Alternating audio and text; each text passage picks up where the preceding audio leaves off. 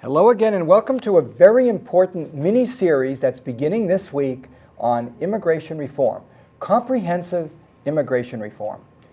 This is an issue that we have been dealing with in the church for many, many years. The bishops of this country and our own Bishop, John Steinbach, have consistently given an approach to the Congress that we need to do reform, that there is the need to look at a comprehensive resolution to this issue.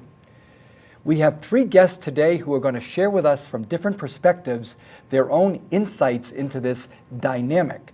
They are concretely activists out there, lawyers, and people who are leading this program in their own parts of the valley, doing reform in their own way with individuals and with groups.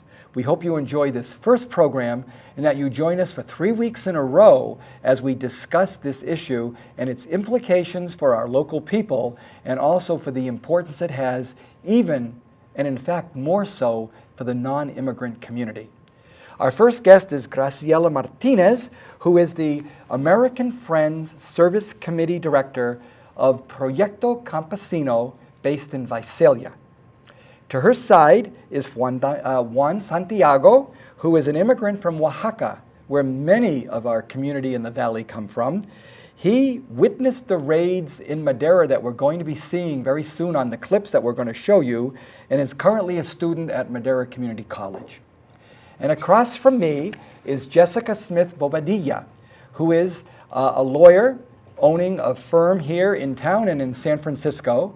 She's a specialist in immigration law, and it's a privilege to have Jessica, Juan, and Graciela here today to break open for us in this forum a discussion around the topic.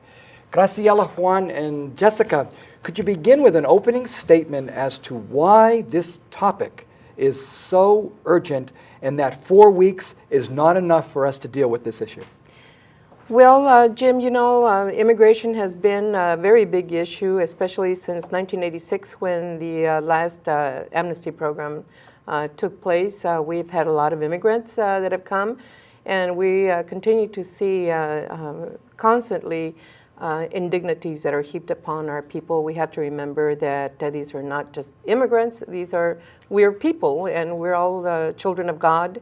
And we should be treated with respect and dignity, and particularly the immigrant farm workers here who help to bring the food to our table. Thank you very much, Graciela, and for your work in Visalia with the Proyecto. Juan, from your perspective, the importance of this. Yes, I think a fast solution should be happen, because each day we have more families that are being separated by their kids. You know, more parents are leaving their kids in the country. And also because there are students like me who want to, you know, acquire higher education, and there's no possibility for us. We can't qualify for any government help. Sometimes we drive without a license, risking our car.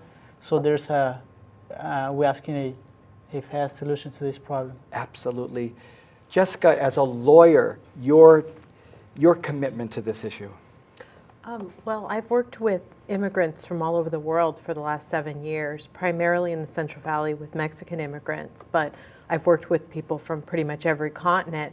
And I see that in our valley, this primarily affects Mexican nationals, but it really affects people from all over the world. And I think that President Obama has said it's impractical and ridiculous to think we're going to deport 12 million undocumented people. That would probably bankrupt the U.S. government at this point faster than anything. So there really needs to be a workable solution where the different actors can come to some kind of middle ground on how we're going to resolve this. And deporting 12 million people is just an extremist view, I think, that is unrealistic for our country in so many ways. What we're going to do today is treat you to some clips from a locally produced program called In Search of a Future, En Busca de un Futuro. And this is something that we're going to see in 4 installments. And before we begin with the first segment, which is the opening introduction to the project, do you want to tell us, as a tease, why this is an important film for us to see? It needs to get out to the communities, what is happening to our people when raids take place. I know that the immigration people have a job to do, but we have to remember that they're human beings. Juan. Yes, I think that film should be shown to the public because it has important information about, so the community, the other people who's not unaware of what's going on in their community, they'll be aware what's the problem going with the unrepresented people. Jessica, the importance of this particular film in your work. I think that this film does a lot to educate the non-immigrant community about the things that the immigrant community faces, particularly undocumented people in the Valley. And I think that it does so in a way that's digestible to people that aren't close to the experience. It explains kind of the human impact, as Graciela commented. And I think that it's important so that people don't, see undocumented immigrants, without a human face. There's really a human face to this. We're going to see right now, Greg's going to roll that first clip. It's going to show a human face right here in Madera, in our own county, right in Madera, in the next county up. We're going to be seeing some very important issues from 2 years ago. Let's run the clip.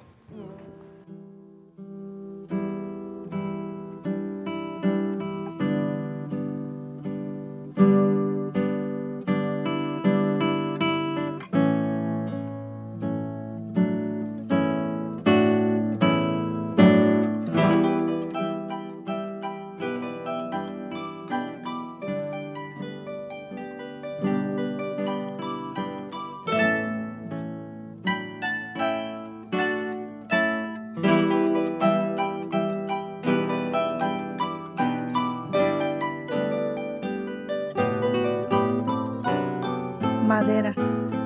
Madera es un pueblo casi oaxaqueño. Mucha gente mixteca, zapoteca, triqui y otras regiones del estado de Oaxaca, México, viven aquí. Son familias, padres y madres que trabajan en los campos, niños y jóvenes que van a las escuelas, quienes también trabajan con sus padres. Muchos de nosotros sentimos que Madera es un pedacito de nuestro pueblo. Pero desde el 13 de abril del 2007, todo ha cambiado. Yo me acuerdo ese día, yo me encontraba durmiendo, era como las 6, las 7 de la mañana, cuando recibí una llamada de mi hermano que trabajaba en el field, que él reteaba personas que una mañana los fue a recoger y no estaban. Entonces, y otros paisanos ahí le dijeron que pues habían sido deportados por la inmigración. Lo que hice fui para así informarme qué es lo que había pasado. Y sí, cuando llegué, pues las familiares estaban bien tristes. Pues entraron a las 4 de la mañana, yo no sabía, yo pensé que porque él tiene provecho, porque de los provechos siempre viene a revisarlo a ver si está él, pues. Ajá. Y luego dijeron que vinieron los de provecho, vinieron a buscar el Antonio Vázquez Ruiz. Uh-huh. Y como los muchachos están trabajando, ellos pensó que ese es su reitero y pitó el carro de la migración y el muchacho se salió con su lonchera. Y allí entraron allá a la casa. Eran ellos como 7 y una mujercita de 17 años la llevaron. ¿Cuántas personas llevaron? Casi 7. 7 personas. Me hago la pregunta, ¿los inmigrantes no tenemos el derecho de buscar un futuro mejor, aunque vivamos tan lejos, únicamente con el recuerdo de aquel lugar que nos vio nacer, crecer y partir? Porque aunque viva por muchos años en este país, no siento que hay un espacio para mí. Se ha esfumado la esperanza de tener una legalización y ahora solo me queda el miedo y la incertidumbre de no saber qué es lo que va a pasar en un futuro. No puedo entender tantas injusticias en contra de los inmigrantes. si lo único que venimos a hacer es trabajar y trabajar muy duro? Y eso no quiere decir que no seamos personas inteligentes, capaces de tener sueños, ilusiones y esperanzas como todos los seres humanos.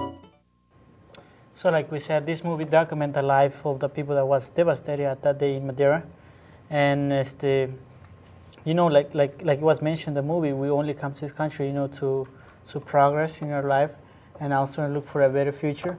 And now we find ourselves with kind of discriminating government. So we believe that this documentary has a very potential stories what took place on 2 years ago. What was it like as a lawyer to be reacting to what that day was? It was shocking how the reaction in the community. I mean, there was, pretty much widespread sweeps, especially in Madeira and in parts of Mendoza and Fireball around that time. But the response was a panic in general in the immigrant communities, not just in those areas, but throughout the Central Valley. And it was really a fear that the families would be separated. And even people that had legal status for some reason became scared because they somehow were under the impression that if they had a green card, that somehow they could still be in danger, which is usually not the case. Yeah. But there was a lot of panic from what I remember. Now, the issue we want to deal with on this particular program is families. The impact of immigration, badly done or well done, the reform. It's not enough to just have some reform, it needs to be comprehensive, because families are the victims or the beneficiaries of what will be a completely integrated, comprehensive plan. Let's roll the clip now that shows family, which is so much a part of the culture and also so much a part of this film.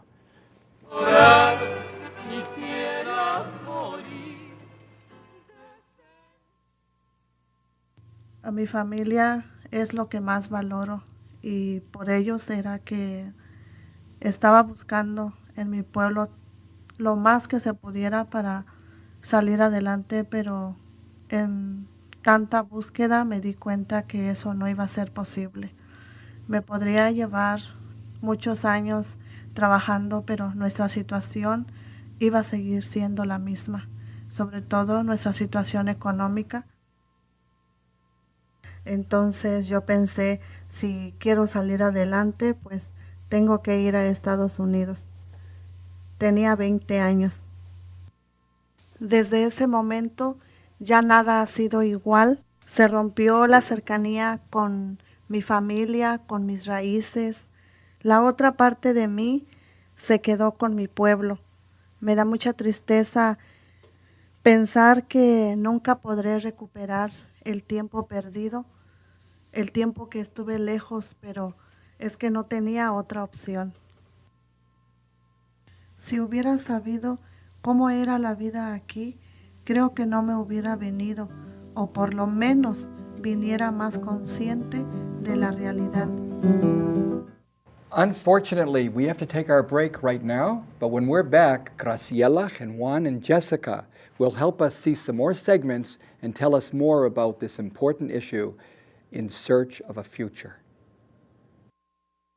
KNXT thanks all its loyal viewers and respected businesses who have supported your Catholic television station. Now you can support KNXT with program underwriting by having your name, your company's name, or organization associated with your favorite program. Detailed information about you or your company will appear before and after each program or day part you select. Keep the quality and spiritual message alive and make a difference. Call 559-488-7440 today or go online at knxt.tv to find out more about program underwriting on KNXT.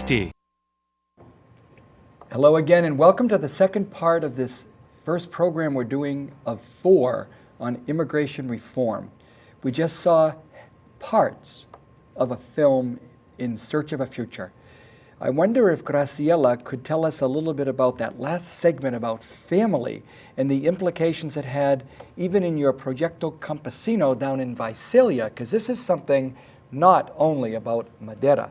That's the tip of the iceberg.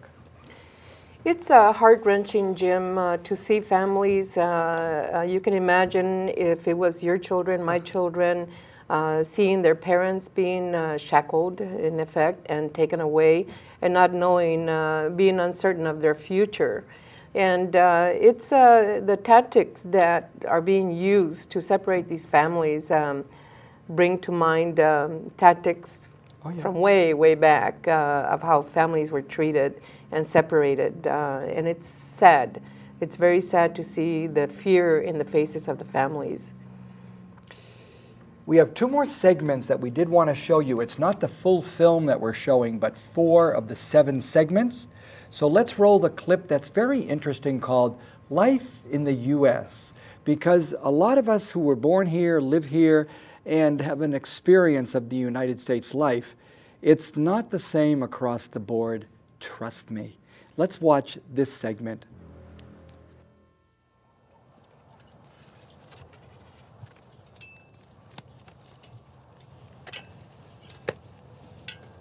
Cuando llegué finalmente a los Estados Unidos, uno de mis familiares me llevó para mostrarme uno de los trabajos que entonces estaban haciendo ellos y posiblemente decía que ahí me iba a llevar a trabajar.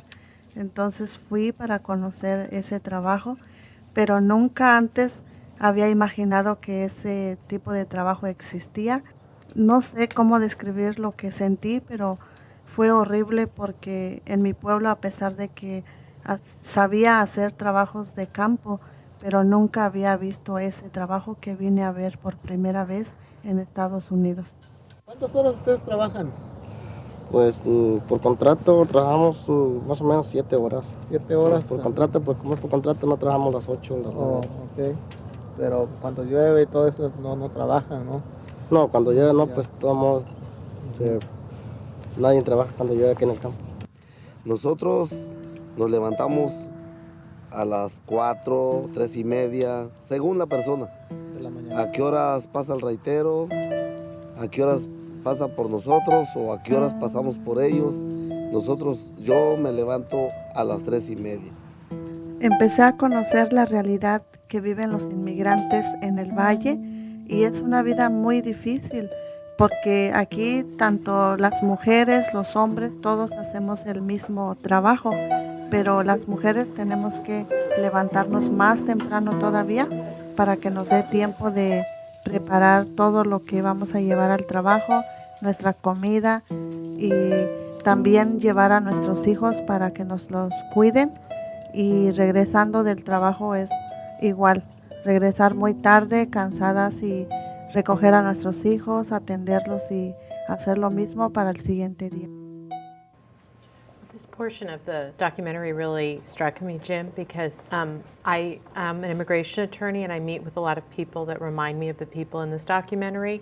And there really is a strong work ethic among the immigrant community in this valley. And some of them work, multiple jobs, long hours like this. In fact, those that have a way to legalize their status, often the biggest challenge is finding a time when I'm awake and open where I can meet with them to prepare the case, because most of them don't get days off. They go to work extremely early. They get off extremely late. They work sometimes 7 days a week, and they don't really get the types of benefits that most of us that are born here are used to. So I think this is very accurate in portraying to the non-immigrant community how hard the immigrant community works on a daily basis. Graciela and Juan, your own different experiences as a student and as a person that's committed as an organizer. Tell us how this is not only so true, but something that we're not aware of enough. We're just not cognizant of the reality of life, how hard it is for the immigrant community. Well, Jim, it's very hard, and it begins not here. It begins in Mexico, and I think that probably a lot of us have to stop and take a look at the reasons why people emigrate. People do not leave their country to come over here for an adventure or just for the love of travel. They come over here to make a better life for their families. And so a lot of us do not realize the economic impact of some of the policies that we have established here. We need to take a look at that. The bishops, believe it or not, have echoed exactly what Graciela said when they wrote a letter to the president just before his inauguration in honor of his becoming the new president. They challenged him on immigration reform. and made it clear they need to look at those policies of this country that are definitely establishing global economic disadvantages to people, so that it's not by accident that these things happen.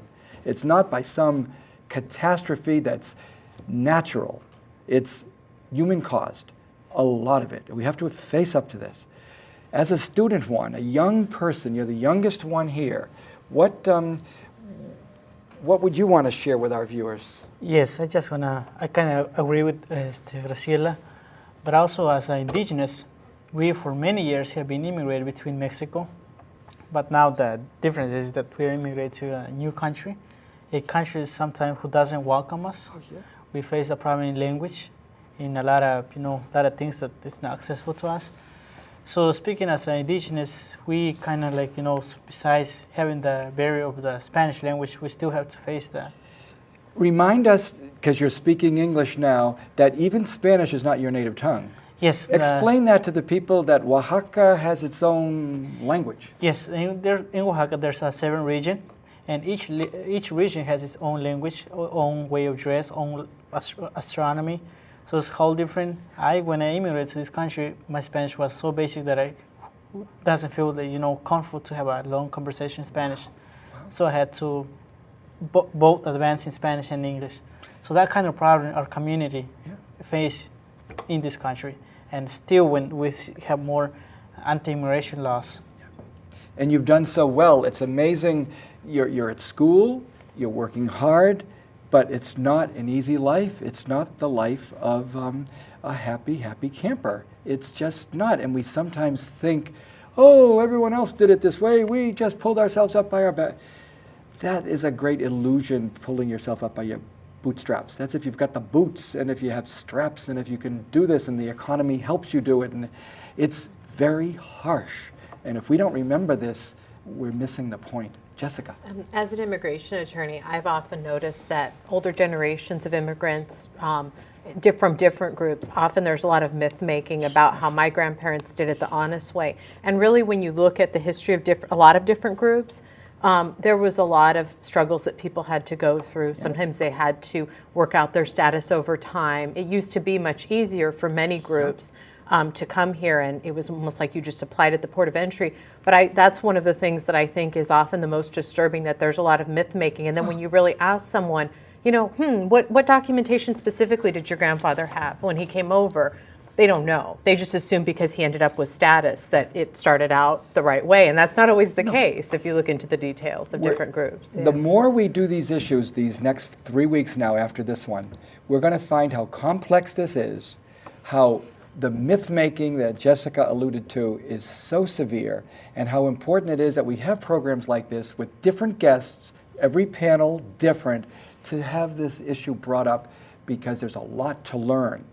Our next clip, our final clip of the day, is going to be looking at the raids a year later, which means a year ago. But let's look at that final part of the clip, and it's brief, but it does show us how it was a year after the raids. Después de un año de las redadas, nuestra comunidad vive atemorizada, preocupada, con familias separadas, con una vida diferente a lo que antes era, con el gran miedo que otra vez vuelva a ocurrir lo mismo en cualquier momento. Pero seguimos viviendo y luchando por nuestras familias, que para mí es la razón más importante que me motiva a seguir adelante.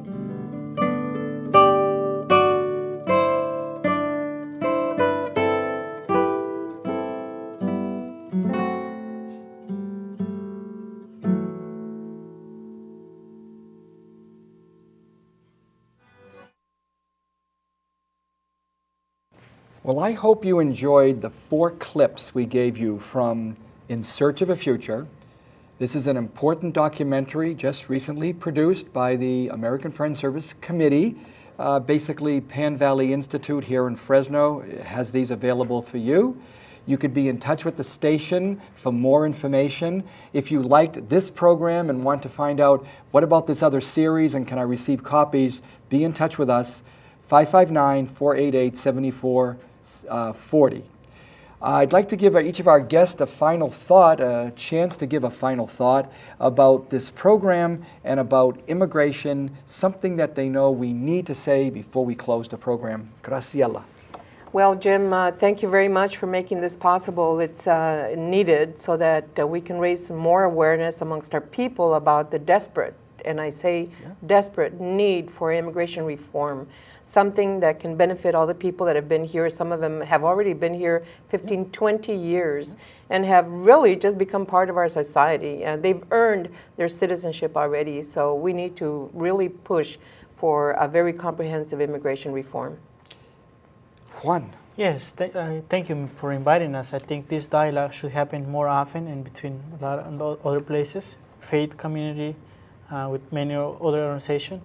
And also the documentary is kind of, when we present the documentary 3 months ago in Madeira, we opened as a dialogue that we invited the people's councils so they can be aware of more what's going on. So thank you for inviting us, and I think this forum should taking place more often. We will look forward to do more shows with you. Jessica. Yes, thank you, Jim. Thank you to the diocese and to the station for shining the light on this issue. I think it's really important.